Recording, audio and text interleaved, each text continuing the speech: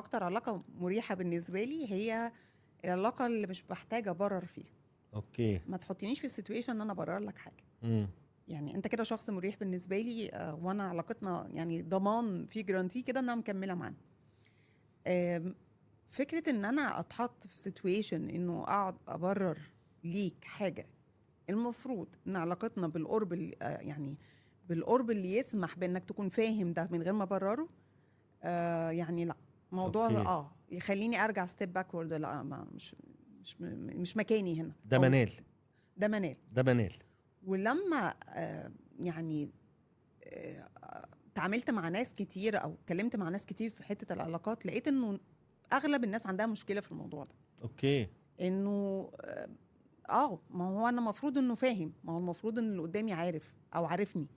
ب ب لان التبرير بيدخل شوية في حتة انه ده كمان مفيش تقدير، ده كمان مفيش معرفة بيا او ثقة فيا. اوكي. فبيدخل في معاني كتير قوي وفاليوز كتير، والقيم دي فعلا بتختلف من شخص لاخر.